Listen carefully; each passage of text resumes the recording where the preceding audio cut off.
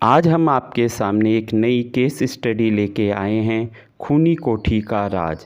एक आदमखोर जो मासूम बच्चों को जान से मारकर बलात्कार की कोशिश और फिर उनको पकाकर खा जाता था। आरोपी का कबूलनामा। शीला का एक पीस भी खाया था। अच्छा। हाँ जी, जो मेरे घर में ही मतलब कि तारीख 31 दिसंबर 2006 जब ये पूरा केस प्रकाश में आया। नमस्कार, मैं दीवान सिंह आपके सामने हाजिर हूँ। यदि आपने मेरे चैनल को सब्सक्राइब नहीं किया है तो आप बेल आइकन दबाकर मेरे चैनल को सब्सक्राइब कर सकते हैं। ये क्राइम की घटना इतनी दिल दहला देने वाली थी जिसका आप अनुमान इसी बात से लगा सकते हैं कि 24 दिसंबर 2012 को सुनवाई के दौरान इस केस की सीबीआई विशेष न्यायाधीश एस लाल ने आरोपी सुरेंद्र कोहली को दोषी मानते हुए फांसी की सज़ा सुनाई। फैसले में न्यायाधीश ने अपनी टिप्पणी में ये कहा कि अभियुक्त के मन में हमेशा यही भावना रही थी कि किसको मारूं, किसको काटूं और खाऊं। अभियुक्त इस परिस्थिति में समाज के लिए खतरा बन चुका था। उसके सुधार और पुनर्वास की भी संभावना नहीं है। मृतकों की आत्मा की शांति तभी होगी जब अभियुक्त को मृत्युदंड से दंडित किया जाएगा। ये इतना गंभीर मामला था कि इसे भारत के चुनिंदे बड़े क्राइम में इसको आज भी शामिल किया जाता है। बेरहमी की सभी हदें पार करके की गई इन वारदातों से लोगों का दिल आज भी दहल जाता है। यह कहानी सन 2006 दिसंबर में प्रकाश में आई। यह कहानी दिल्ली से सटे नोएडा के निठारी नामक गांव की है। निठारी गांव में लगातार बच्चे गायब हो रहे थे। लोगों ने इसकी इत्तला निठारी में पुलिस चौकी में दी। बच्चों के लापता होने का सिलसिला लगभग 1 साल से चल रहा था। शुरू में पुलिस ने इस मामले में ज़्यादा ध्यान नहीं दिया क्योंकि पुलिस का मानना था कि गायब हुए बच्चों में अधिकतर लड़कियां थीं और जाहिर है कि अगर मामला लड़कियों से संबंधित होता है तो पहले पुलिस यही अंदाज़ा लगाती है कि शायद अपने किसी दोस्त के साथ लड़की चली गई होगी, कुछ दिनों में आ जाएगी। आप समझ गए होंगे कि मैं क्या कहना चाहता हूँ। जी हाँ, लड़की का किसी से अफेयर हो सकता है। अधिकतर मामलों में लड़कियों के यही बात सामने आती है। अब चूँकि पुलिस को जब यह भी बताया कि बच्चे छोटी उम्र के हैं तो उन्होंने अनुमान लगाया कि क्योंकि बच्चे गरीब और कम पढ़े लिखे लोगों के बच्चे हैं तो हो सकता है बच्चों के अभिभावक गलत उम्र बता रहे होंगे। इस तरह पुलिस ने कुछ खास ध्यान नहीं दिया। आमतौर पे गुमशुदगी के मामलों में पुलिस इसी तरह का रवैया अपनाती है। पुलिस का अनुमान रहता है कि कुछ टाइम के बाद बच्चे अपने आप ही आ जाएंगे। पुलिस के पास लगातार शिकायतें आती रही और जब मामले 1 दर्जन से ज़्यादा पार हो गए तो पुलिस कुछ चौकन्नी भी हो गई। केस खुला कैसे, अब ये बात हम आपको बताएंगे। एक आदमी था नंदलाल।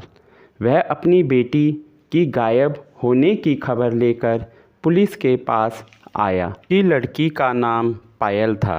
शुरू में पुलिस नंदलाल को टालती रही, पर जब नंदलाल ज़्यादा दबाव डालता है और वकील करके कोर्ट चला जाता है, कोर्ट पुलिस को एफआईआर दर्ज करने को कहती है।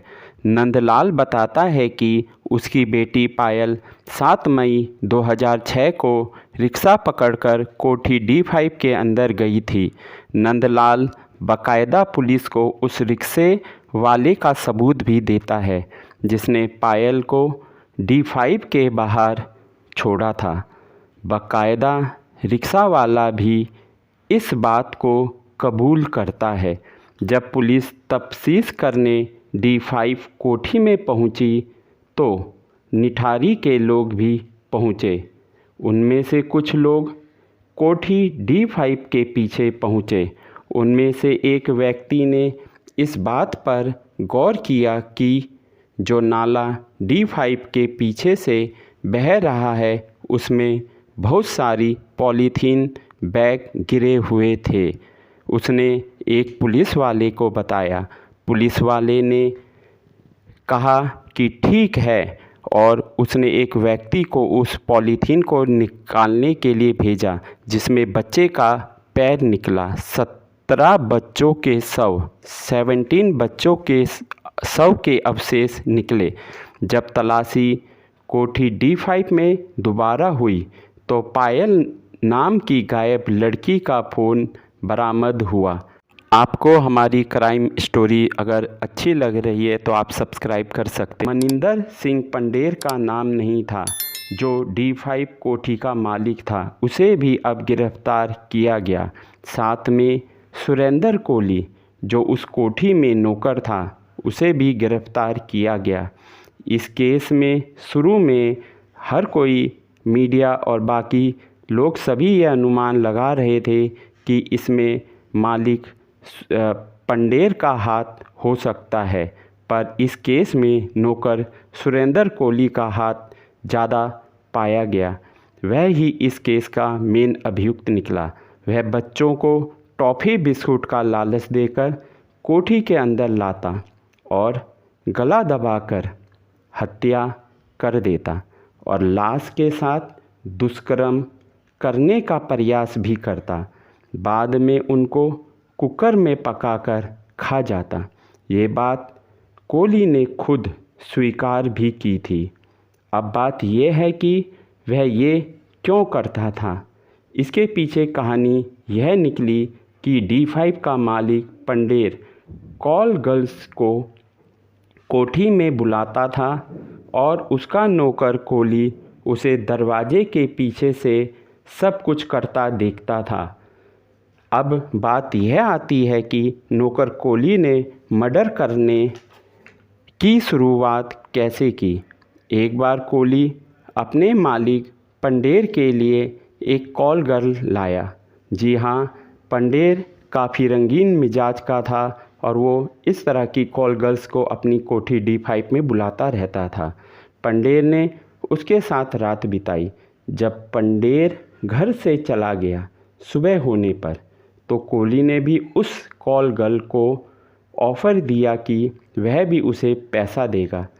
लड़की ने कोहली को उसकी मर्दांगनी पर ताने मारे। कोहली को बात बुरी लगती है और उसे जान से मार देता है, उसके टुकड़े करता है और कुछ पार्ट उसका पकाकर खाता भी है। यह कोहली का पहला कत्ल का केस था।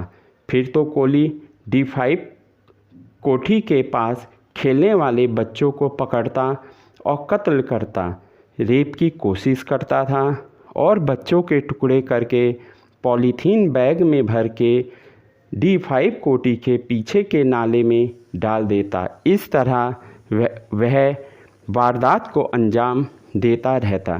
सुरेंद्र कोहली को लगभग 14 केसों में फांसी की सज़ा अब तक मिल चुकी है। इस समय कोहली जेल में बंद है और अंतिम सज़ा यानी फांसी का अभी इंतज़ार कर रहा है। अगर आपको हमारा वीडियो पसंद आ रहा है तो आप हमारे चैनल को लाइक और एक सब्सक्राइब ज़रूर कीजिएगा।